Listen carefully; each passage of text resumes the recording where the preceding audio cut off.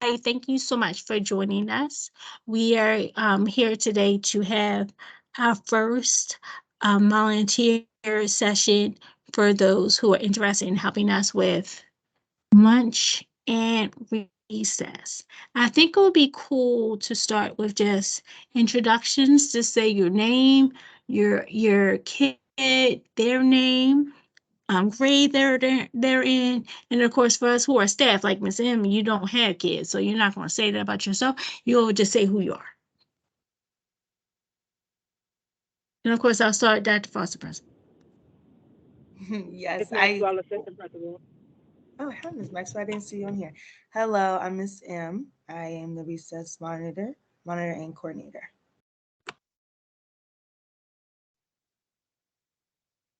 Hi, I'm Evangeline.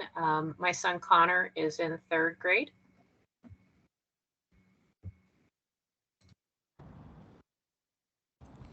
Hi, I'm Nicole Sotomayor. My daughter Marie is in grade 3. Sorry, my video is not working from Safari for some reason. But nice to see everybody. Hi, everyone. I'm Melissa. My son is Julius Rock, and he is in first grade. Hi, everyone. I'm Megan. I have Teo in 4th and Declan in 7th. Hi, I'm Nikki. I have August in 6th and Georgia in 4th. Thank you all so much. So the purpose of our conversation today is to provide, and Miss M, I'm gonna tell you, you're gonna be really next up, to provide some context for how we currently run recess in the indoor location, because this is the season where it's cold and inclement weather and all those things. So she can explain that. And then I'll go into more of, for these respective tasks, what we're seeing that we would appreciate some additional help with. At the end of the conversation, I wanted to see if there were any questions. And scheduling is really the thing for me. Like at the conclusion, I want to be able to start talking about scheduling so that we can really get this process underway. So, Miss M, I think it would be great if you start with kind of what you've experienced and what you, because I will tell you all in preparation for our conversation, Miss M and I talked about kind of the big buckets of where we would appreciate some more support. So, Miss M, is all you. Sure. I'll just kind of let you all know how recess flows. So recess starts at 8:20 and it goes all the way up until 2:10. Excuse me, not 2:10, till 2 o'clock. And basically for lower L, so pre-K to first grade, excuse me, no, pre-K to second grade, they have recess with their classes. So that's 101 and 102, like separated. They, just have recess with their class. And then for upper L, so my third through fifth graders, they have an A-day, B-day schedule. And then for sixth to eighth, which is our middle schoolers, they have, once again, it kind of goes back to that same module of how the lower L is with whole class, whole grades, should I say. So that's kind of how it works. When we have inclement weather days, they are inside. When it is a better day, we look at the temperature every day. I check the weather multiple times a day throughout the day and even the day before just to prepare myself. And so when we do have a good weather, when we have good weather, then it'll be outside. Yeah, and that's kind of how it flows. We have days where we do structured activities and class games and group games and all of that fun stuff. And there are other days when, the students can choose what they want, choose what they like to do, and wherever they like to go. So I know one decision that with Ms. M's leadership we made earlier this year. I want to say, Ms. M, we got this feedback and made the pivot for fifth grade first and then third grade. And that was the pivot that we made in the fall. I know we talked about, and I shared that the primary reason why we made that pivot to A-Day, B-Day for third and fifth grade in the fall was because of safety reasons. In my kind of simple communication of it, is because the kids were not following the instructions that they were given in, a really orderly fashion, or not even orderly. Like, frankly, they just want to listen to doing what they were told to do when they were told to do it. That's kind of how I would interpret it. But Ms. M, if you want to give some additional context to that, please do. I know it was the safety concern and not necessarily following directions, just in, safe interactions with our classmates and with fellow students. I would also put that in that category. Okay. And now, what have you seen in those respective grades, third grade and fifth grade? Because I know there was one that was fourth grade was not really the concern when it came to that safety thing. It seemed to be, 8A means like Monday, Wednesday, Friday, or Tuesday, Thursday, like it just alternating days or when they would have it. But I would say, how do you feel about that now? Like in preparation for like spring, like do you feel like we need to still continue that, or do you feel like they have a good handle of that? What's your thoughts? I think it just needs to be gauged, and I think I can get with the leadership team in the school and talk about what those next steps look like, moving toward that. It just needs to be, we can just gauge it and put a specific eye out to look for, to make sure that if that's a change that you all want to make back, put it back to how we started the beginning of the school year. I'm in full support of whatever you all come up with as a team. So yeah. And I just know the big thing, and I'll actually kind of start there. The big thing that Ms. M really needs is additional outdoor recess support by way of monitors in order to really make that the safest experience that we can have for kids. Am I right in saying that, Ms. M? Yes. So I know a big thing that is on this screen I see is hallway transition monitors, or just hallway transition. I will say a lot of students, we do have, I would say we have an okay time. It's not the strongest, smoothest transitions from one place to the other in the building.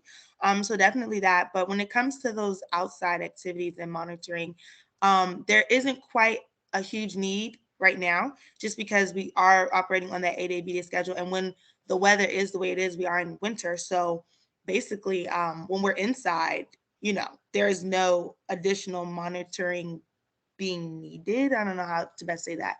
But yeah, when we're inside, it's it's fine. And the same thing is with the outside, honestly, at this moment. Now looking into the spring, if we do decide to, if you all decide to, go back to, or just, take away the 8A B day schedule, and we do have all, the whole grade outside at one time, then perhaps yes, definitely additional monitoring. But as of right now, we're inside, and we're outside, and we're split in between class sections. So I would say we're good. I apologize, Miss Ryan, for not like thinking about fourth grade indoors. This has so much to do not with their behavior. This has to do with the space. So the space that we use for the indoor recess is the open area that's adjacent to both kindergarten classrooms. And so to have 45, 50 kids in that space when they had two classrooms going at the same time, it just wasn't really conducive for the kids, or it's just not really fun. So we had to shift it because of that. But fourth grade wasn't because of their behavior. No, they tend to be quite all right with it. So yeah, I just wanted to give you all like the broader context for where we are currently. So the next thing I'll do is explain the different tasks that we're looking to offer that we would appreciate more support with. The top task has to do particularly in the second lunch shift, which is that I want to say 11:10 to 11:55 time block. That is our um, largest lunch shift, and some students do report that is loud. There are over 150 kids in that room, so is this going to be loud? Like not loud, obnoxious, not loud of a chaos. It's just a loud group of people. So we at first, if a kid wanted to go to the hallway or a kid wanted to go to the library, we did that. But then more kids will want to join it. And then there were more kids out, and there wasn't quite a handle of who is supposed to be with there, where, and then who's going to be monitoring them, right? So for it would be much more helpful for monitoring primarily if we have designated adults who are with the students, who need a quiet space to engage in a quieter activity. Now, with that said, we are challenged with space. So, at first, we were just having kids kind of staying in the hallway, but we have a lot of transitions happening with little kids going to the restroom or kids going back to class. Like that just didn't seem to be the best idea. And then indoor recess, which is the open space, that's where the other kids are, right? So we have to be creative with that.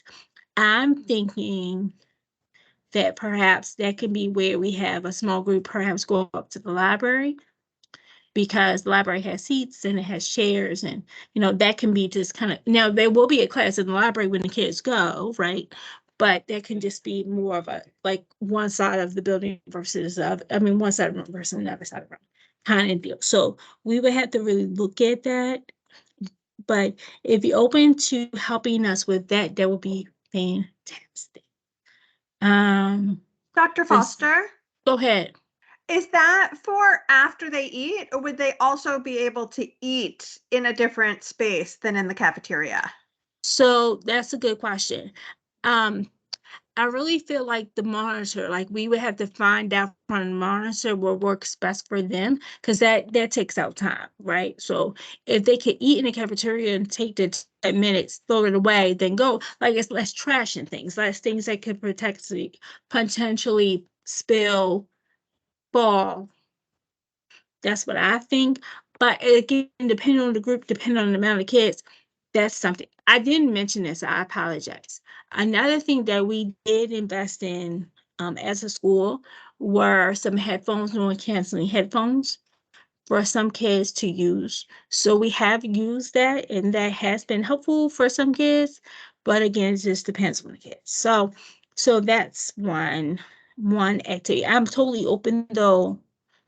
If that is something that you are thinking you would be interested in, we would talk about that specific thing. Like we would try it out, test it out, kind of see who's interested, where it could happen, and then like check the flow of it until we actually say this is what we want to do. Any other questions about the small group activities task?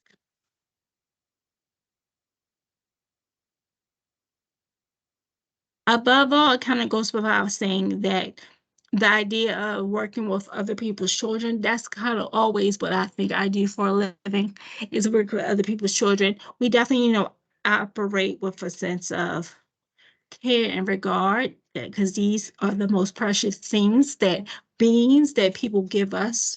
So we operate with care, concern, compassion. We don't, make a habit of communicating negative behavior with the kids or with their parent. Like we would talk to the teacher about it, and then allow the teacher to be that primary voice of support if that's needed, because the teacher has a firm grasp on the kid, the situation with the family, and can better help us pivot if that's needed. That really kind of goes with all these statements, but that one particular, because that's a more potentially intimate experience. So I just wanted to name that first. Okay. Ms. Maxwell, are you able or available to talk about cafeteria monitors? Yeah, for Go middle ahead. school. Yes, ma'am. Okay, I so mean, for the same rules kind of apply for upper elementary, but you can go ahead and say it. okay, yeah. So for 3 through 5 and 6 through 8, we don't have as many bodies in there, adult bodies in the cafeteria as the pre-K through 2. One, because pre-K through 2 is definitely more high needs. The pre-K and kindergarten need assistance with like opening their containers and things. but it is still limited for middle school. So I can speak specifically um, for 6th through 8th grade because that's the shift that I do. A lot of times I'm in there and Dr. James is in. Occasionally we'll have a third person, but the one other adult that's in there, she's really a one-on-one for a student. And so her focus is making sure that that student is doing what that student is supposed to do. So a lot of times it's the two of us. And if we have indoor recess, because the weather is not cooperative, then Miss M is in there with us as well. So having additional people who are consistent in the cafeteria is helpful. We kind of strategically place ourselves. I stand by the door to monitor the in and out. And I also keep an eye on 7th grade. Dr. James does 6th grade. Sometimes she'll float 6th to 8th. It depends on who else is in there just because they're closer together that she can stand in the middle of the two. So having an additional one consistent person or two consistent people during that shift definitely helps us out a lot. I try not to schedule meetings and things during that time, but there are times when I may not be in there, but it's definitely rare. When I was on vacation, of course, but we had coverage in there. And then today we had a meeting that went slightly over. And so having additional coverage, but knowing that I have one or two additional people to support is helpful. We have games inside the cafeteria. So there's in every grade level, some student or students who do not want to go outside for recess. They want to stay inside for whatever reason. And so having people that can just, again, be monitors for them, or it may be the same thing where they want to go in a separate space and play a game or something like that, just having a person or the additional body to be able to support them in that time. And can you talk a little bit about, like, in terms of monitoring, like when we would intervene and when we wouldn't, especially as like the mom of such a little kid? Older kids seem a little intimidating. And you know, that's Right. So hilarious to us. generally, that's a good Like, question. But in the yeah, cafeteria it's during that hilarious. time, it's not. A lot of times, it's not much to intervene in. So it may be maybe once a month something to get started. A lot of times, I can just make an announcement and they'll get it together. But the presence is helpful. You Totally. can call the attention to somebody Yeah, else, but yeah, more yeah. is the presence. And the biggest thing for them is because we have a cell phone policy in place, and a lot of times the students will try to sneak to get on their cell phone during lunch because there is not as many people to be able to stand over them. You may see a student that's on a cell phone, and you may just alert me if you're not comfortable saying something to them. But because they know if they see an adult, it's like that presence alone deters them from doing the stuff that they're not supposed to do. Yeah, that makes sense. There's not much that you would have to, right? It's not much you would have to intervene in. With Yeah. them, it's just the presence, the physical presence of being there. A lot of times that alone stops conflict from happening, or like the cell phone thing from happening. They won't do all of those, child behaviors when they know that it's a person that's there. And then building relationship with them, talking to them. Some of them will start telling you about their interests, or you may say interest of theirs and start building relationships, and then it becomes more comfortable to say something. I already have some middle schoolers I love. Yeah. That's my favorite grade. So I'm like, what? Like they're fine. They're just big 5-year-olds. Yeah, I agree. But generally speaking, though, if there was that kind of concern, alert the admin on duty, and we got it. Like Right. that's it. That's it. That's standard. That's the standard. You want to say something, Sam? Oh, I thought you would say something. Okay. Any other questions before we talk about? I know we already. Okay. I was just we had laughing already at talked. Oh, sorry. I was just laughing at you at their big 5-year-old comments because it was funny. Yeah. Like for real, like people, I feel like, so first of all, middle schoolers are crazy if they have lost their mind, but they all have, and we all did, and that's okay. Like that's just it. There's nothing particularly shocking or surprising with us. If anything, Like what we say, Miss Maxwell, I'm just going to keep Mhm. repeating you. I'm gonna now call it the Baby Club, the Beyblade That's what Club. they That's what I'm are. gonna call it. That's what I'm gonna call it. So you go ahead, Miss Maxwell. Tell about the Beyblade Yeah. Club. So we have a group of seventh grade boys who they play Beyblades every day. So they have their area there. A lot of times, the students, they're just children. So just like adults have little things, they have their things too. But for the most part, they're just enjoying each other, enjoying themselves. Um, that one group, they play Beyblades. That could be somebody if a parent is interested because it's something that requires more space and they don't necessarily have space the way that they would need it to take them somewhere and let them kind of monitor them as they do that. But the kids, they're just kids. They're big kids. They play Beyblades in the cafeteria during lunchtime. Very mostly innocent. Then I have a group who loves Connect Four. You have some who play chess. So they are definitely big kids. I love that. And I was gonna say the other thing Yeah. that you'll see it some in grades 3 through 5, but definitely in grade 6 through 8. Like, that generation is real.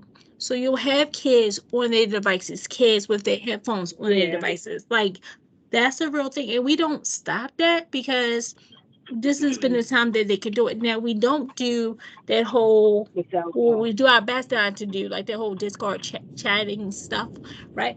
But yeah, like we definitely monitor and make sure they're not, doing something that's inappropriate. But this is their time to do it. Yeah. And I'm just thinking, yeah, go ahead. No, I was just going to say the cell phone is a big because they always try to sneak to get on the cell phone. But at the same time, we have parents who are still texting them during the daytime to say whatever or to give them a message as well. So it makes it hard to enforce the cell phone policy when parents are still sending messages to them through the cell phones during the day. But that's likely the biggest thing. They're checking some social media account. They're sending a message to somebody else. But again, the presence, when they see an adult walk by, if they slide their phone out, they slide it right back in without you having to say something because they already know. But Yeah, I mean, Freddie. that's even us, as adults, we have this affinity for our cell phones often. Yeah. But Yeah. that kid, when you spend more time with them in general and they get to know you and build relationship with you, you'll see that they're just like your children. Even if you just have the younger ones right now, they're not much different, just a little taller. They're just taller and they stink. If you didn't know, middle school boys stink. Not all of them stink. Well, I mean, the one who I love, I can attest. I do my best not to send them stinking, but I know it's possible if left unchecked. All right, so hallway transition monitor. So this actually, Miss M mentioned this already, but in the transition between like, I mean, I can't quite actually, Miss M. Can you explain it probably better than me? Like which one you have 3rd grade and then 4th grade and then 5th grade, right? Like I just want to make sure because I know 5th grade they have to wait, right? Like you can say it better than me how it goes with the transition. Yeah, sure. It's basically just, they get called by table. Yeah, they get called up by table to get lined up to, come outside or go inside wherever we're going. And they just, the cafeteria is right outside of pre-K classrooms. So, they have quiet time or they have instructional time and, I won't just say younger kids have short attention spans. Everybody has a short attention span. So, we don't want to distract those students as well as just be disruptive in general. Also, I think Dr. Foster mentioned this earlier. Kindergarten, they go to the bathroom as a group. So then you have Miss Stepp and Miss Brown who are taking their students to the bathroom. And a lot of times we do. And it's not like we're running into anybody because there's plenty of space in the hallway for everybody. But, just making sure that our older students are being respectful of our younger students and just making, getting on those 2 lines, walking, against the wall, but not banging on the doors and just doing stuff like that. And then it's like a 30-second walk maybe from the cafeteria to the recess doors or from the cafeteria to the indoor classroom. So that just means that they just keep it low tones in that transition. And as soon as they get outside, they can run and leap and do all those fun things. But just that transition is really, really important. When we have people, even if it's not younger kids in the hallway, anybody in the hallway, we want to be respectful to. So just that's what I mean by that transition, or that's what, up there, hallway transition monitors, boom, like making sure that everybody's being respectful. Thank you, ma'am. So, if you're interested in that type of work, I mean, it's it's a constant thing, but I think it's a pretty simple thing. Presence is it. Presence is it not. Like, we have firmly established the culture of our school to be one where all kids are respectful. Like, that's our main thing, right? Be respectful, prepared, responsible. So yeah, be that, do that, and we treat everybody the same way. But were there any particular questions about hallway transition monitoring? And I will add that it fluctuates. Sometimes we just have off days and we are a little more rambunctious than the next. And other days we're ready to be prepared, responsible, and respectful, and we walk in the hallways like we're supposed to. So you know what I mean? Like it's definitely not like every day people are like banging on the pre-K doors. Like it's not happening. But we definitely like I said, it just kind of, it's one of those things where it's like, today I have a lot of energy, Miss M, and like today, oh, my stomach hurts, but I went to the nurse, so it depends. And you know what? I was just thinking about that, Miss M and Miss Maxwell. We should have also explained when we talk about cafeteria monitoring, because I dealt with this last week, Miss Maxwell, when you're on vacation. Kids, if they do need to use the restroom or they do need to use the nurse, they have to have a pass and they have to sign out. And we had that like close to the door, and it's a pretty accessible, visible space. And kids know that, right? But still, we wouldn't want them, if you were interested in doing cafeteria monitoring, to try to pull one on you.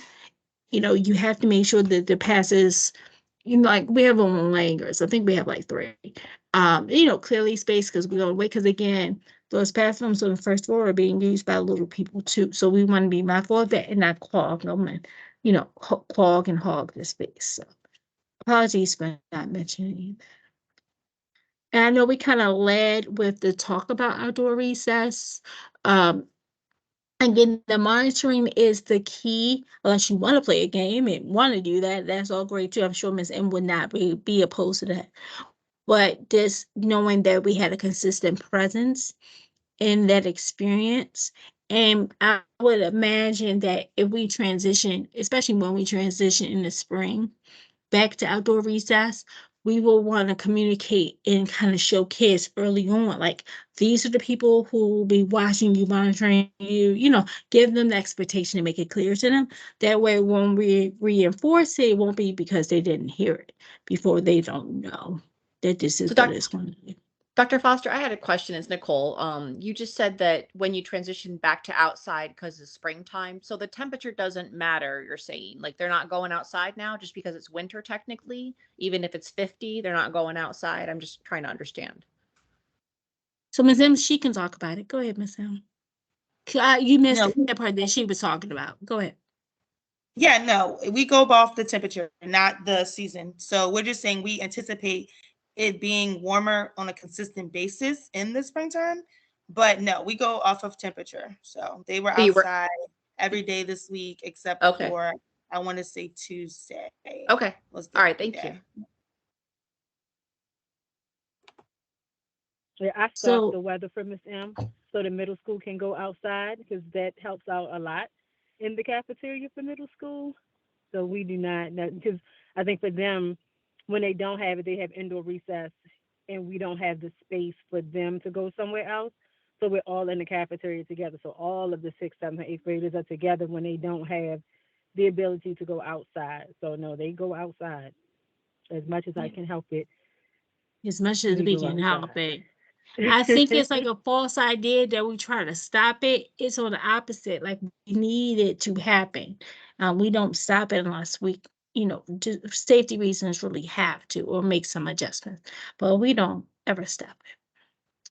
So I love the fact that I think I've said everything I knew I needed to say. Want to take this opportunity to see if there are any questions, and then we can talk about scheduling.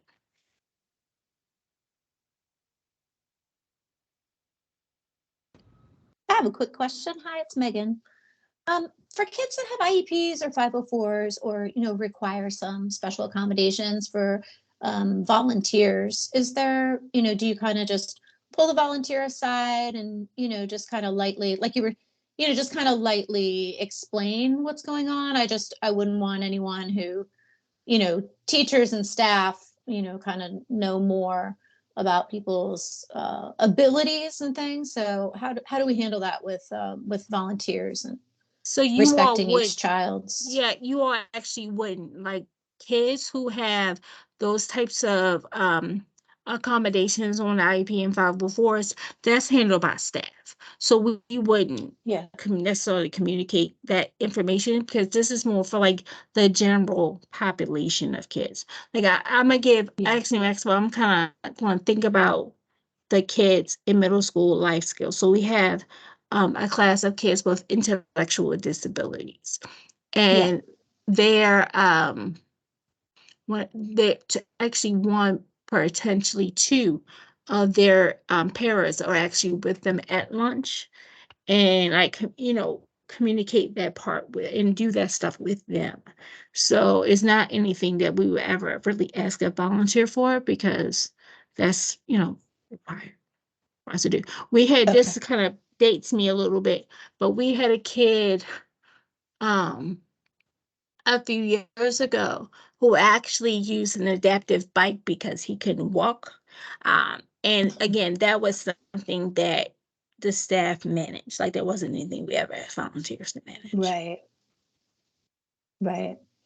Okay, thank you. And my one other question was, I understand that some of the kids weren't meeting the adult expectations, and that's why some of the recesses switched to AB days. And I was just curious about how we're helping those kids to bridge the gap between their lagging skills and the adult expectations, because they know what they are, but they're not exhibiting what they are. So they've got these lagging skills. So what kinds of things are happening now to prepare those kids for that skill development, so that they can get back outside and get back to that daily recess? So I think that to a certain extent has already happened. Like, that's stuff that we do every day, because it's not just about recess, it's about entire instructional day.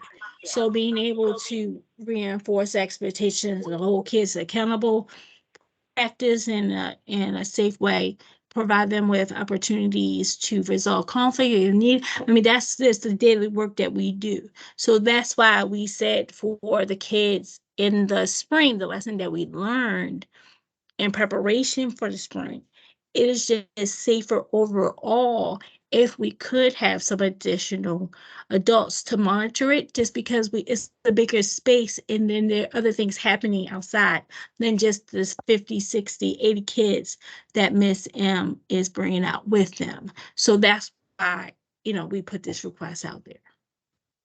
Okay, so for instance, are they pretty much ready now? Like, you've assessed their lagging skills, they've been working on those in the classroom with the teachers and stuff. And so when the weather's good, the kids are where they need to be. We got extra set of hands, and we're going to get back to everyday recess. I mean, that's the kids are the ready. plan. That's totally the plan. I Yeah. mean, Maxwell, do you Awesome. think it's something different? I mean, I think we're ready. I think we're ready. I think the issue now, because we have more indoor recess with the weather being the way it is, that we have to stick to the AB days. One, for consistency, so that today is not, if we do, let's say Monday the weather is good, so everybody goes outside, but Tuesday and Wednesday is not good. So now one class may go out, or somebody else may. It's just, it'll get into a place of, well, they got to do this and we didn't get to do this, to make it just fair across the board, keeping that AB schedule. But once the outside actually opens up more consistently, like, we know we'll have some rainy days when it gets warm, but it won't be like it is now. They'll be able to go outside, and to have the additional supportive monitors will also help, because we may have a group that is on a playground and one person can be there, and then have another group that is just on a blacktop, and Miss M may be over there. So just having the the monitors then helps. But right now, even if we had the monitors, we don't have the space when they do indoor recess. So it's not that they're not ready right now. Excuse me, we just don't have the space for them to be able to do that consistently when the weather is not less. So not working always the same way. So just to make sure across Yeah. the board that they are still getting what they need, and it doesn't become well, it's not fair because they win and then we didn't get to go. Just keeping that schedule. The other thing is, in the fall, and I think we talked about this earlier, not in this meeting, but in another meeting. In the fall, when we first go in, we're building relationships, and sometimes when you're first building those relationships, we have to have a firmer stance on what it looks like so the students understand the importance of being safe, the importance of cooperative learning, the importance of what I do does affect other people.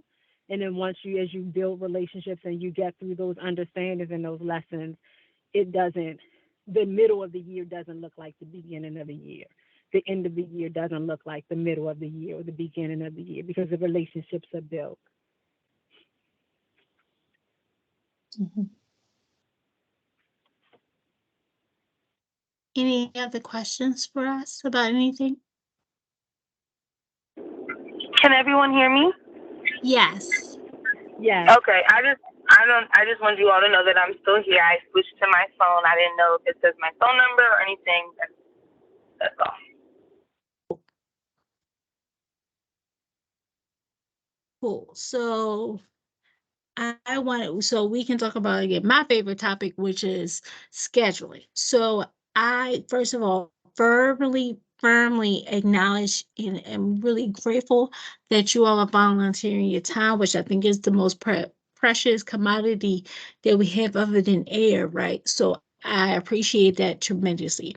And I don't want to leave you all feeling guilty like if you can't then it won't, like that's not it at all. I mean, clearly kids got to eat and go to recess every day, like that's going to happen no matter what. But we're just communicating, like you all know these are areas that we've identified that would be particularly helpful because these are areas that we aren't able to address completely because of the kind of restrictions we have, or just, frankly, the space, the size, in real life. I have 2 hands, I promise. I don't have 10, right? So just be real about it, right? So I just wanted to give an opportunity for folks to share, like generally speaking, and we'll follow up more to get more specifics. But I'm curious to know, generally speaking, which areas or which tasks make most sense to you, and what time of day and which days kind of make sense to you. I'm just hearing what we're talking about.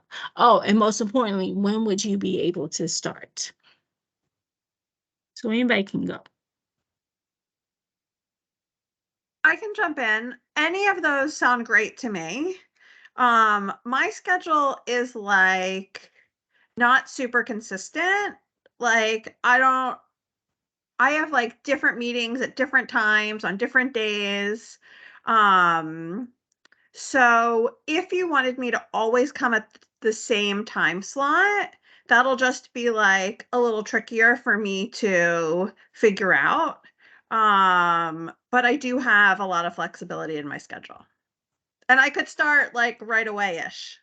Okay, that's good to know. That's good to know. Thank you. Thank you. And do you have any like grades that you would want to versus not want to work with? No, I'm fine with any of them.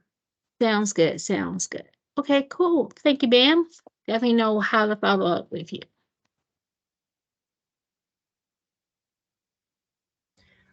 So for me, I also any of the roles honestly seemed doable. I did like the idea of sitting in the quiet room because I'm a quiet person, but I could be flexible.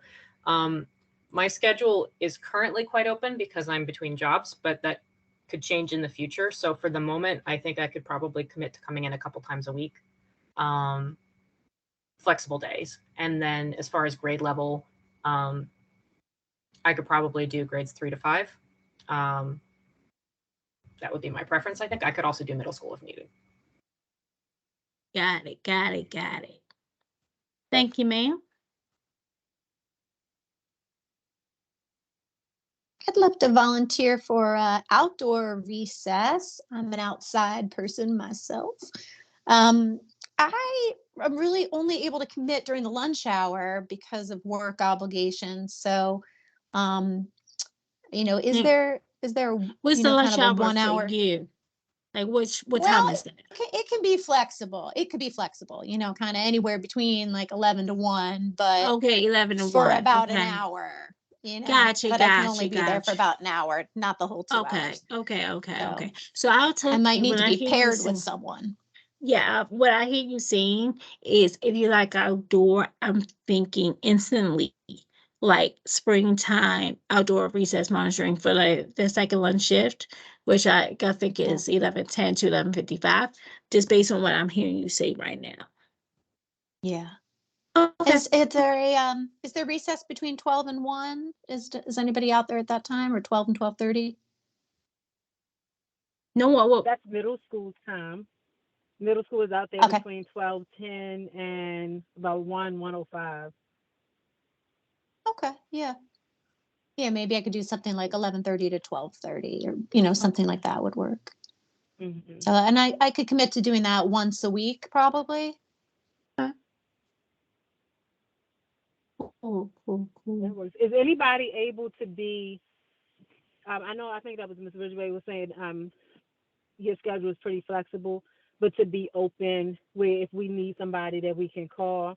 So I know some of you can't come in all the time or as consistently, but are you open to, does your schedule allow if like, I know that on Thursday, Dr. James is not going to be there and we may need some additional support and monitoring. Would you be able to come in for that 45-minute time for middle school? I would. Yeah, I'd be happy to be called in those instances. Like, I don't know if I would be available, but I'd be happy to try. Okay, Yeah. sounds Yeah. good. This is That's enough for me. Nicole, and I didn't Thank talk about you. my availability yet, Miss M. But I'm also like my schedule is pretty open. I'm not working at the moment, so and I would be very happy to be texted on a day or like whatever, and be like, hey, do you happen to be available? Like I'm a 5-minute walk from the school. If I'm free, not a big deal. I walk over and I help out. Like so, 100% could be on that call list for sure. You know what? Thank you, Miss Edelman. How about you, Miss Appleton? Is there anything you want us to think about? I'm a Friday person, so I could Gotcha. pretty like consistently commit to, I mean, I'm assuming it's slightly flexible. Like I feel like I could commit to most Fridays in case something comes up, as far as, in what role, I think whatever would be the most helpful, I think like whatever you have the most urgent need for. And I could probably cool. start probably more like the end of the month or March. Okay, well, let's just go ahead and say March. Yeah. Okay, cool. So, what I'm thinking is we tend to plan things like a week basis, and this is not Dr. Foster, like this is Katrina. I do not like to leave Friday not knowing what to expect on Monday. Like that's just how it works. So I think we will be able to kind of communicate by Friday people's expectations or what they could do for the following week, and that way we all are on the same page for it. I will tell you, Ms. Ridgway, I have never created a sign-up genius. I don't even know how to do that. So I I don't know wonder if a Google Doc would be good. Yeah, I was thinking like a Google Doc. Like that's how we work. Like I know how to make a Google Doc. That's what I was thinking. Okay. And I would like share it with everybody. I think, is everybody on here? Do I communicate with you currently with your Gmail account? Like, do I have your Gmail address? Okay, good. CNR is great. So what I'm thinking, since tomorrow is Friday, fantastic. And then this actually for this month is a little strange for us, but it's a good kind of strange for us. So starting on Friday 17th and Monday the 20th, schools actually closed. So we can actually kind of forecast out for the next couple of weeks, since it won't be like 10 days, it'll just be 8 days, just to kind of see what folks are able to do. I'm totally a texter. So if you would like us to do that, I'm totally in, like, to make that. But if I respect it, if that's not how you choose to communicate, but I'm totally a texter in that regard. I'm fine with that if you are. And I when think we Ms. Maxwell is too. and Miss Dr. Foster, when we show up, we would check in with Miss Young. Like, what's the Yes. procedure? Okay. Yeah. Check in with Ms. Young. She'll give you a volunteer badge. I was thinking, Miss Maxwell, this is where you come in for real, because I'm not particularly like fashionable, but Miss Maxwell is. I was thinking, like, should we give them like a particular like badge or like a shirt or like a jacket or just something? Like, should we, so it can be like a something, like a, or is that like I mean, too I think cheesy and the badge corny? would be fine. Okay. A volunteer badge is fine. Okay, cool. Yeah, and we have those. So cool. So, like, we can actually, this would be great for me if we can kind of close up with or finish up with, if you're fine with texting, please put your number in the chat and then I'm gonna send you a text so you know I have your number and you have mine. And then by tomorrow, I'll like start the draft of the calendar for the next couple of weeks kind of calendar. And then as long as people could kind of commit to completing that before Monday, I would appreciate it so we know what to expect for the upcoming week. Like, we're not going outside, I don't think. I mean, unless it's going to be warm next week. I don't know if It'll it's be gonna be warm. 60s. Actually, next week's going to be all Oh, 55, nice. 60. Yeah. Okay, so that might be a space. Where is it going to rain anytime next week though? Only the end of the week. Like Thursday, there's a slight chance, and then Friday, which we have no school then. So. Okay, we have no school anyway. So yep, I'll totally put that one there too. Okay, cool. Cool. Well, again, like, I cannot tell you all, we are so grateful that folks, answered the call to join us in this, in volunteering in this way. We really appreciate it. And in the next few minutes, if you haven't already, you're going to get like a crazy call from me. And I just stopped. That's me. Who is it? Miss Appleton. That was me, I promise. So that I have your number and you have mine. I'm sorry, I just had a quick question. What if there are more people that are interested in this? Because I was trying to get my husband to sign up, but he didn't sign up in time. So, like if he's interested too, will there be like another opportunity to watch this training or to sign up, or how do you want that to go forward? Yeah, that's a good question. Like, we were actually just talking about that today. I think this is the first one, and we'll have it because it actually is a lady who told me that she wouldn't be able to come. So how about this? If we can just do a light check-in towards the end of the month, assess need, because by then we really will be preparing for, the spring by the end of this month. I think that, and I can put the notice out there and we can find out. What I need to do once City Schools does it is just make sure. The other thing on my list is the school budget, which they still haven't released. But as soon as that's done, then I'll be able to give this more of my attention. Hey, Some Dr. people are Foster, right here, I which was is thinking great. the, Go ahead. the exact same thing about, other people wanting to volunteer. I don't know if you'd be open to this, but if we had a date on the calendar, like let's say it's, the second week of the month at whatever, Thursday at 4. So we have the dates ahead of time. We could circulate that to Friends of Hampden, the PTO, and just say, hey, it's never too late. You can jump in any month. You just got to come to the training. Yes. And here's when the dates are. We can't make it this month. I Why don't you go next love month? that idea. I love that idea. So get a bunch of people. Yes. So really what I need now is somebody can just like put the idea in the chat thing, this tech thing right here, and that way I will remember it. But yeah, I'm totally down for that. Like, let's go ahead and schedule it out, and that way we can be done and we'll have it in place no matter what.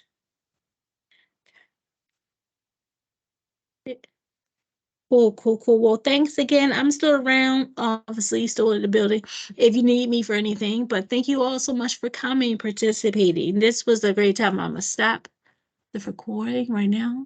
Thank you for those who were listening to us. Okay, goodbye to you.